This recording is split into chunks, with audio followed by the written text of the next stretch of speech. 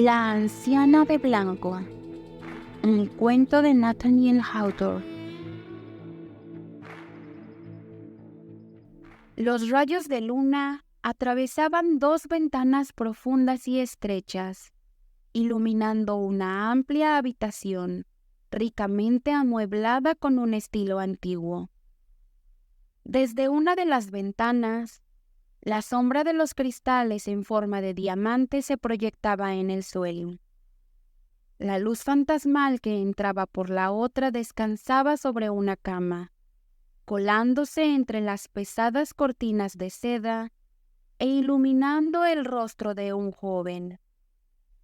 Qué quieto yacía el durmiente, qué pálidos eran sus rasgos, y cómo la sábana se envolvía alrededor de su cuerpo como un sudario. Sí, era un cadáver en su mortaja. De repente, los rasgos fijos parecían moverse con una oscura emoción. ¡Qué extraña fantasía! Solo era la sombra de la cortina con flecos, ondeando entre el rostro muerto y la luz de la luna, cuando la puerta de la habitación se abrió y una joven se acercó suavemente a la cabecera de la cama. ¿Era una ilusión de los rayos de luna, o su gesto y su mirada delataban un destello de triunfo mientras se inclinaba sobre el cadáver pálido, tan pálido como ella, y presionaba sus labios vivos contra los fríos labios del muerto? Al apartarse de ese largo beso, sus rasgos se retorcían como si un corazón orgulloso luchara con su angustia. Nuevamente, parecía que los rasgos del cadáver habían respondido a su gesto. Aún así, era una ilusión. Las cortinas de seda habían ondeado una segunda vez entre el rostro muerto y la luz de la luna. Cuando otra joven, igualmente bella, abrió la puerta y se deslizó como un espectro hacia la cabecera de la cama. Ahí estaban las dos doncellas, ambas hermosas, con la pálida belleza de la muerte entre ellas. Pero la que había entrado primero era orgullosa y altiva, mientras que la otra era una criatura suave y frágil. «¡Aléjate!», gritó la altiva. «Lo tuviste en vida.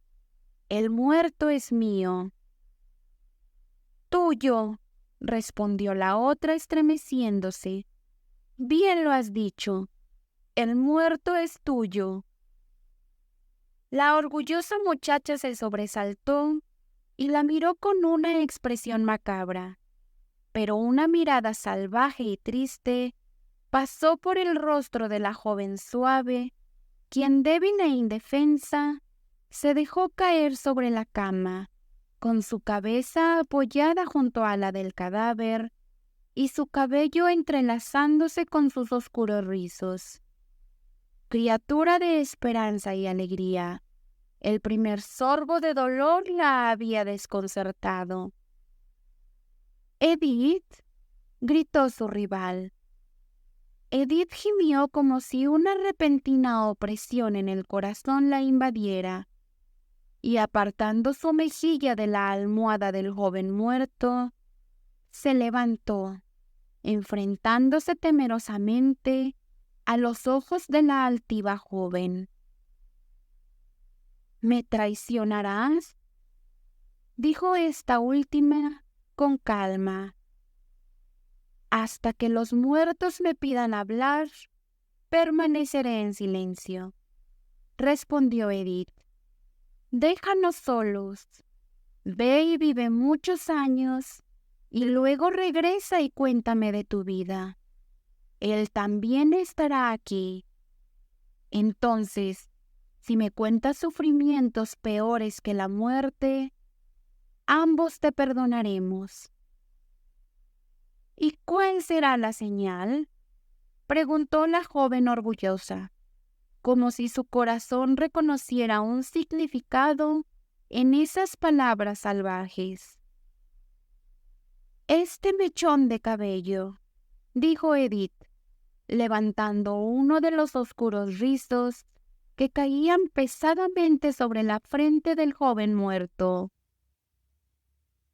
Las dos doncellas unieron sus manos sobre el pecho del cadáver y fijaron un día y una hora, muy, muy lejanos en el tiempo, para su próximo encuentro en aquella recámara. La joven más altiva lanzó una mirada profunda al rostro inmóvil y se marchó. Pero volvió a girar y tembló antes de cerrar la puerta, casi creyendo que su amante muerto la miraba con desdén. ¿Y Edith también, acaso? ¿No se desvanecía su forma blanca en la luz de la luna?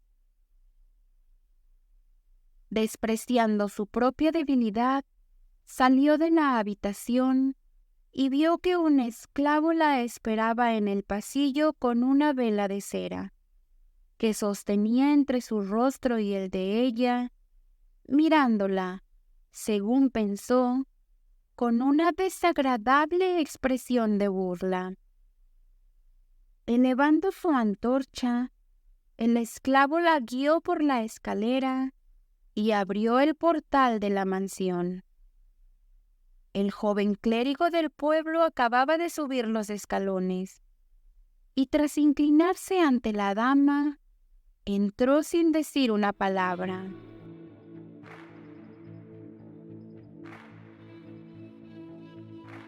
Los años, muchos años pasaron. El mundo parecía nuevo otra vez. Tan viejo había envejecido desde la noche en que esas pálidas jóvenes habían hundido sus manos sobre el pecho del cadáver.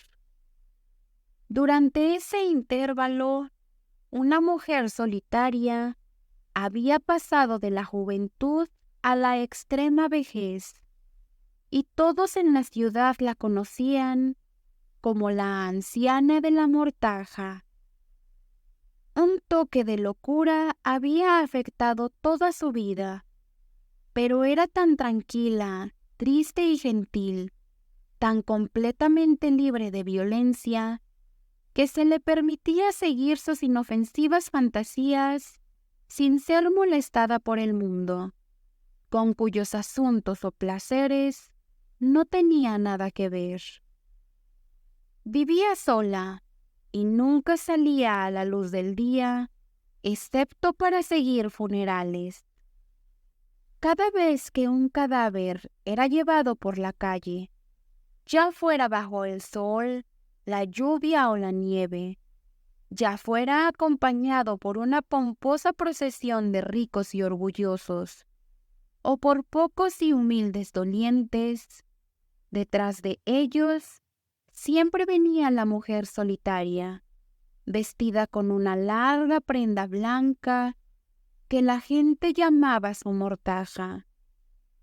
No tomaba lugar entre los familiares ni los amigos, pero se quedaba en la puerta para escuchar la oración fúnebre y caminaba al final de la procesión, como si su deber terrenal fuera rondar la casa del luto, ser la sombra de la aflicción y asegurarse de que los muertos fueran enterrados debidamente.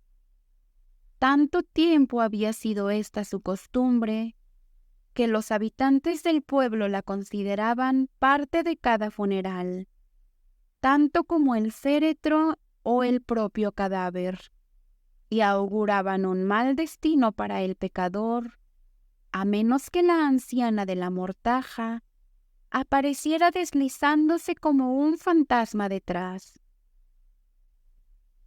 Se dice que una vez asustó a un grupo nupcial con su pálida presencia, apareciendo de repente en el salón iluminado, justo cuando el sacerdote unía a una falsa doncella con un hombre adinerado, antes de que hubiera pasado un año desde la muerte de su amante.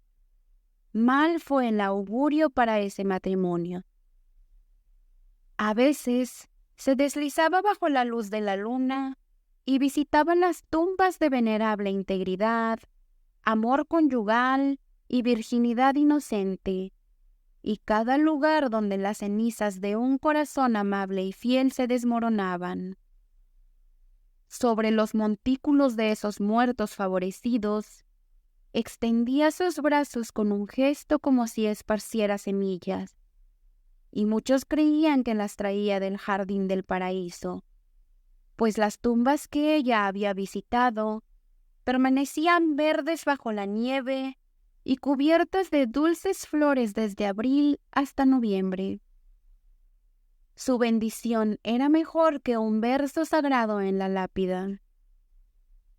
Así transcurrió su larga, triste, pacífica y fantástica vida, hasta que pocos eran tan viejos como ella, y la gente de generaciones posteriores se preguntaba cómo alguna vez se habían enterrado los muertos, o cómo los dolientes habían soportado su dolor sin la anciana de la mortaja. Aún así, los años siguieron pasando y ella continuaba siguiendo los funerales sin haber sido aún convocada a su propio festival de la muerte.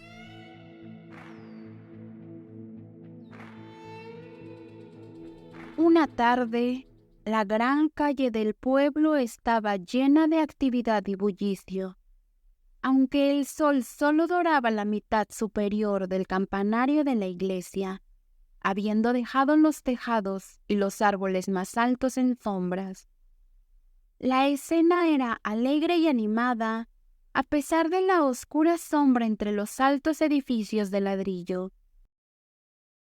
Ahí estaban los mercaderes pomposos con pelucas blancas y terciopelo bordado, los rostros bronceados de los capitanes de mar, el atuendo y el aire extranjero de los criollos españoles, y el porte desdeñoso de los nativos de la vieja Inglaterra, todo contrastado con el aspecto áspero de uno o dos colonos de los alrededores, negociando ventas de madera de bosques, donde nunca había resonado un hacha.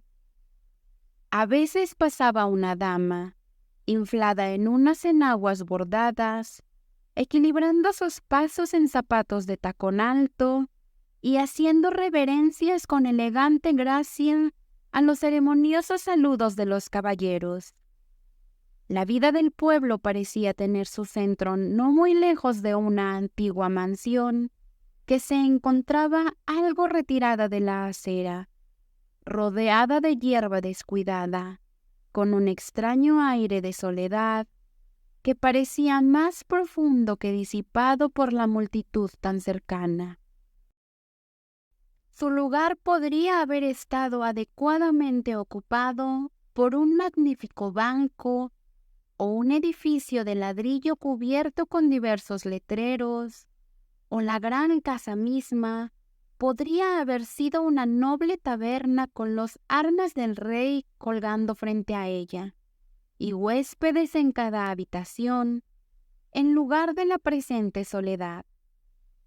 Pero debido a una disputa sobre el derecho de herencia, la mansión había estado mucho tiempo sin inquilino, decayendo de año en año y proyectando la majestuosa sombra de su penumbra sobre la parte más concurrida del pueblo. Tal era la escena, y tal era el momento, cuando se observó a distancia, por la calle, una figura que no se parecía a ninguna de las descritas. «Veo una vela extraña allá», comentó un capitán. «Esa mujer en el largo vestido blanco». El marinero parecía muy impresionado por el objeto, al igual que varios otros que en ese mismo momento captaron un vistazo de la figura que había llamado su atención. Casi de inmediato, los diversos temas de conversación dieron paso a especulaciones en un susurro sobre esta inusual aparición. ¿Puede haber un funeral tan tarde hoy?, preguntaron algunos. Miraron en busca de signos de muerte en cada puerta: el sepulturero, el carro fúnebre, la reunión de familiares vestidos de negro, todo lo que compone el triste esplendor de los funerales. También alzaron la vista al campanario dorado del sol de la iglesia y se preguntaron por qué no se oía el repique de su campana, que siempre había sonado hasta ahora, cuando esta figura aparecía a la luz del día. Pero nadie había oído que se llevara un cadáver esa tarde, ni había señales de un funeral, excepto la aparición de la anciana de la mortaja. ¿Qué puede significar esto?, preguntaba cada hombre a su vecino. Todos sonreían al hacer la pregunta, pero con una cierta preocupación en sus ojos, como si la peste u otra calamidad amplia fueran pronosticadas por la inoportuna intrusión entre los vivos de alguien cuya presencia siempre había estado asociada con la muerte y el dolor. Lo que un cometa es para la tierra, esa triste mujer era eso para el pueblo. Aún así, avanzaba mientras el murmullo de sorpresa se calmaba a su paso y los orgullosos y humildes se apartaban para que su vestido blanco no ondeara contra ellos. Era una larga túnica de inmaculada pureza. Su portadora parecía muy vieja, pálida, demacrada y débil, pero se deslizaba adelante sin el paso vacilante de la extrema vejez. En un momento de su recorrido, un niño pequeño y rosado surgió de una puerta y corrió con los brazos abiertos hacia la mujer fantasmagórica, pareciendo esperar un beso de sus labios incoloros. Ella hizo una ligera pausa, fijando su mirada en él con una expresión de dulzura no terrenal, de modo que el niño tembló y se quedó asombrado más que asustado mientras la anciana pasaba. Quizás su vestido podría haber sido contaminado incluso por el toque de un infante. Quizás su beso habría sido la muerte para el dulce niño dentro del año.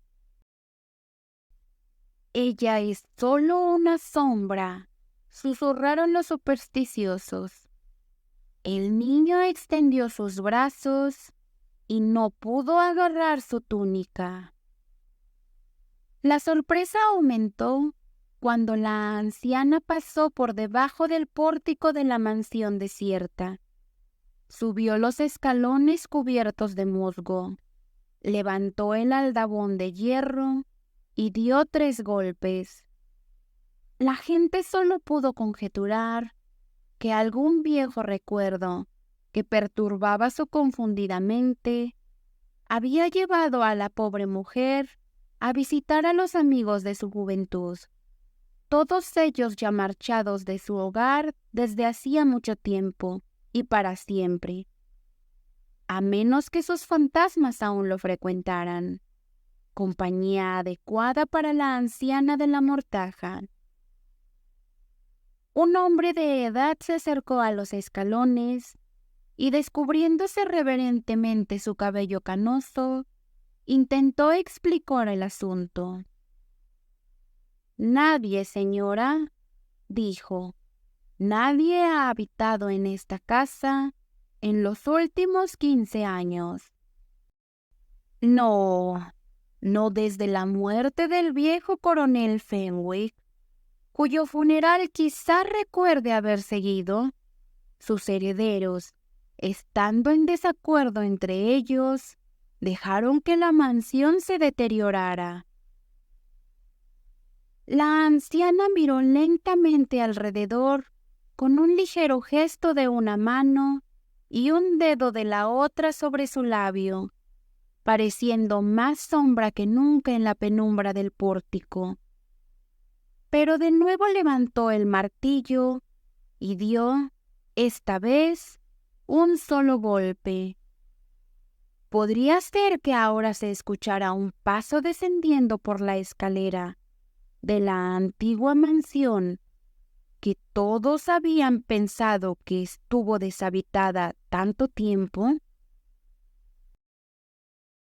Lenta, débil pero pesadamente, como el paso de una persona anciana, el paso se acercaba, más distintivo en cada escalón descendente, hasta que llegó al portal.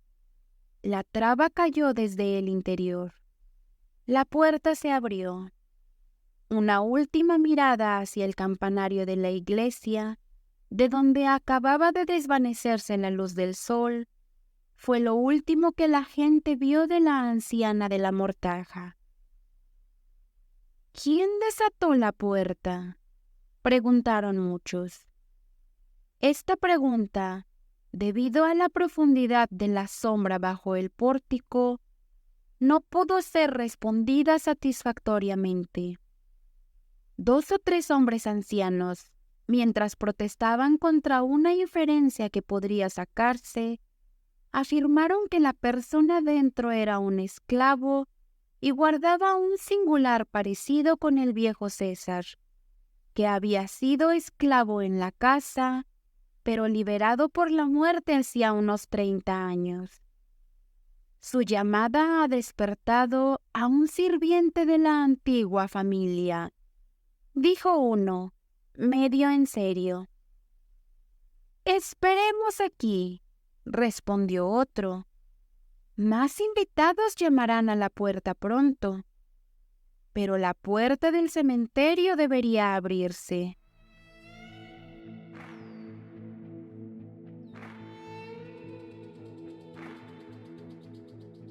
El crepúsculo había cubierto el pueblo antes de que la multitud comenzara a separarse o los comentarios sobre este incidente se agotaran.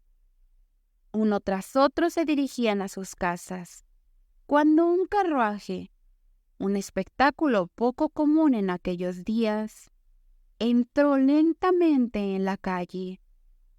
Era un carruaje de estilo antiguo, colgado cerca del suelo, con armas heráldicas en los paneles, un lacayo detrás y un grave y corpulento cochero sentado alto al frente, dando una idea de solemne estado y dignidad. Había algo aterrador en el pesado retumbar de las ruedas. El carruaje rodó por la calle hasta llegar a la entrada de la mansión desierta, donde se detuvo y el lacayo saltó al suelo. ¿De quién es este carruaje elegante?, preguntó una persona muy inquisitiva. El lacayo no respondió, sino que subió los escalones de la antigua casa, dio 3 golpes con el martillo de hierro y volvió a abrir la puerta del carruaje. Un anciano poseedor del conocimiento heráldico tan común en aquella época examinó el escudo de armas en el panel. Azul, una cabeza de león despojada entre 3 flores de lis, dijo. Luego susurró el nombre de la familia a la que pertenecían estos blasones. El último heredero de sus hombres había muerto recientemente, después de una larga residencia en el esplendor de la corte británica, donde su nacimiento y riqueza le habían otorgado una posición destacada. No dejó hijos, continuó el heraldo, y estos escudos, al estar en un lozengue, indican que el carruaje pertenece a su viuda. Quizás se habrían hecho más revelaciones si el hablante no hubiera sido de repente silenciado por la mirada severa de una dama anciana que sacó la cabeza del carruaje preparándose para descender. Al salir, la gente vio que su vestido era magnífico y su figura digna a pesar de la edad y la debilidad, aunque una ruinosa estampa, con una expresión a la vez de orgullo y miseria. Sus rasgos fuertes y rígidos tenían un aire de respeto diferente al de la blanca anciana, pero con algo maligno. Subió los escalones, apoyándose en un bastón de oro. La puerta se abrió al subir ella, y la luz de una antorcha brilló en la bordadura de su vestido y relució en los pilares del pórtico. Después de una breve pausa, una mirada hacia atrás y luego un esfuerzo desesperado, entró. El descifrador del escudo de armas se había aventurado a subir el escalón inferior y, encogiéndose inmediatamente, pálido y tembloroso, afirmó que la antorcha era sostenida por la misma imagen del viejo César. Pero una mueca tan horrible, añadió, nunca se ha visto en el rostro de un hombre mortal. Me atormentará hasta el día de mi muerte. Mientras tanto, el carruaje había girado con un estrépito prodigioso en el pavimento y había retumbado calle arriba, desapareciendo en el crepúsculo, mientras el oído aún seguía su curso. Apenas se había ido cuando la gente comenzó a cuestionar si el carruaje y los asistentes, la dama anciana, el espectro del viejo César y la anciana misma no eran todos una ilusión extrañamente combinada con algún oscuro propósito en su misterio. Todo el pueblo estaba en agitación, de modo que en lugar de dispersarse, la multitud seguía aumentando y se mantenía mirando hacia las ventanas de la mansión, ahora plateadas por la creciente luna. Los ancianos, complacidos de dar rienda suelta a la propensión narrativa de la edad, hablaban del esplendor largamente desvanecido de la familia, los banquetes que habían dado y los invitados, los más grandes de la tierra, e incluso los titulados y nobles del extranjero que habían pasado por ese portal. Estas vívidas reminiscencias parecían evocar los fantasmas de aquellos a quienes se referían. La impresión fue tan fuerte en algunos de los oyentes más imaginativos que 2 o 3 fueron presa de temblores al mismo tiempo, protestando que habían escuchado distintamente 3 golpes más del aldabón de hierro. «¡Imposible!», exclamaron otros. «Miren, la luna brilla debajo del pórtico y muestra cada parte de él, excepto en la estrecha sombra de ese pilar. No hay nadie ahí». «¿No se abrió la puerta?», susurró uno de estos personajes fantásticos. «¿También lo viste?», dijo su compañero en un tono asustado. Pero el sentimiento general estaba en contra de la idea de que un tercer visitante hubiera llamado a la puerta de la casa deshabitada. Sin embargo, algunos se aferraron a esta nueva maravilla e incluso declararon que un resplandor rojo, como el de una antorcha, había brillado a través de la gran ventana frontal, como si el esclavo estuviera iluminando a un invitado por la escalera. esto también fue declarado una mera fantasía. Pero de repente, toda la multitud se estremeció, y cada hombre vio su propio terror reflejado en los rostros de todos los demás. «¿Qué cosa tan horrible es esta?», exclamaron. Un grito demasiado distintivo para la duda se había oído dentro de la mansión, rompiendo repentinamente y seguido de un profundo silencio, como si un corazón hubiera estallado al emitirlo.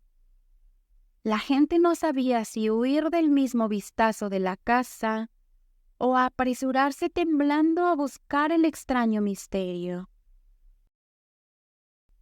En medio de su confusión y terror, se sintieron algo consolados por la aparición de su clérigo, un venerable patriarca y al mismo tiempo un santo, que les había enseñado a ellos y a sus padres el camino al cielo durante más de una vida ordinaria.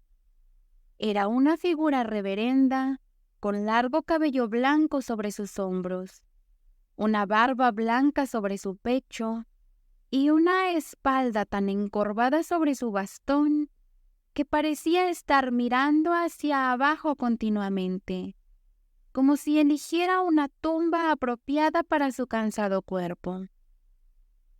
Pasó un tiempo antes de que el buen anciano, siendo sordo y de intelecto deteriorado, pudiera comprender las partes del asunto que eran comprensibles. Pero cuando tuvo los hechos, su energía asumió un vigor inesperado. «En verdad», dijo el anciano, «será conveniente que entre en la mansión del digno coronel Fenwick, no sea que algún daño haya ocurrido a esa verdadera mujer cristiana a quien llaman la anciana de la mortaja». He aquí entonces el venerable clérigo ascendiendo los escalones de la mansión con un portador de antorchas detrás de él. Era el hombre de edad que había hablado con la anciana, y el mismo que después había explicado el escudo de armas y reconocido los rasgos de César. Al igual que sus predecesores, dieron 3 golpes con el martillo de hierro. «Viejo César no viene», observó el sacerdote. «Bien, supongo que ya no sirve en esta mansión». Seguramente entonces era algo peor con la apariencia del viejo César, dijo el otro aventurero. «Que sea como Dios quiera», respondió el clérigo. «Mira, mi fuerza, aunque muy decaída, ha bastado para abrir esta pesada puerta. Entremos y subamos por la escalera». Aquí ocurrió una singular ejemplificación del estado soñador de la mente de un hombre muy viejo. A medida que ascendían el amplio tramo de escaleras, el anciano clérigo parecía moverse con cautela, a veces apartándose y más frecuentemente inclinando la cabeza, como en señal de saludo, practicando así todos los gestos de quien avanza a través de una multitud. Al llegar a la cima de la escalera, miró alrededor con triste y solemne benignidad. Dejó su bastón a un lado, descubrió sus cabellos canosos y estaba evidentemente a punto de comenzar una oración. «Reverendo señor», dijo su asistente, quien consideró esto un preludio muy adecuado para su búsqueda continua, «¿no sería bueno que la gente se uniera a nosotros en oración?» «¡Ay de mí!», exclamó el viejo clérigo, mirando extrañamente alrededor. ¿estás aquí conmigo y nadie más?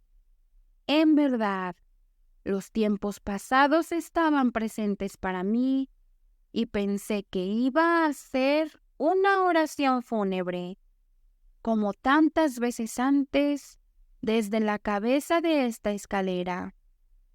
En verdad, vi las sombras de muchos que se han ido. Sí, he orado en sus entierros, uno tras otro, y la anciana de la mortaja los ha visto hasta sus tumbas. Ahora, más despierto a su propósito presente, tomó su bastón y golpeó con fuerza en el suelo hasta que hubo un eco desde cada habitación desierta, pero ningún criado para responder a su llamada. Así que caminaron por el pasillo y de nuevo se detuvieron frente a la gran ventana frontal, por la cual se veía a la multitud en la sombra y la luz parcial de la luna en la calle de abajo. A su derecha estaba la puerta abierta de una habitación y a su izquierda una cerrada. El clérigo señaló con su bastón el panel de roble tallado de la segunda. Dentro de esa habitación, observó, hace toda una vida, me senté al lado de la cama de muerte de un joven buen hombre que, estando ahora en el último aliento, aparentemente había alguna excitación poderosa en las ideas que acababan de pasar por su mente. Arrancó la antorcha de la mano de su compañero y arrojó la puerta con tal violencia repentina que la llama se extinguió, dejándolo sin otra luz que los rayos de la luna que entraban por dos ventanas en la amplia habitación. Era suficiente para descubrir todo lo que se podía saber. En una silla de brazos de roble con respaldo alto, erguida, con las manos entrelazadas sobre su pecho y la cabeza inclinada hacia atrás, estaba sentada la anciana de la mortaja.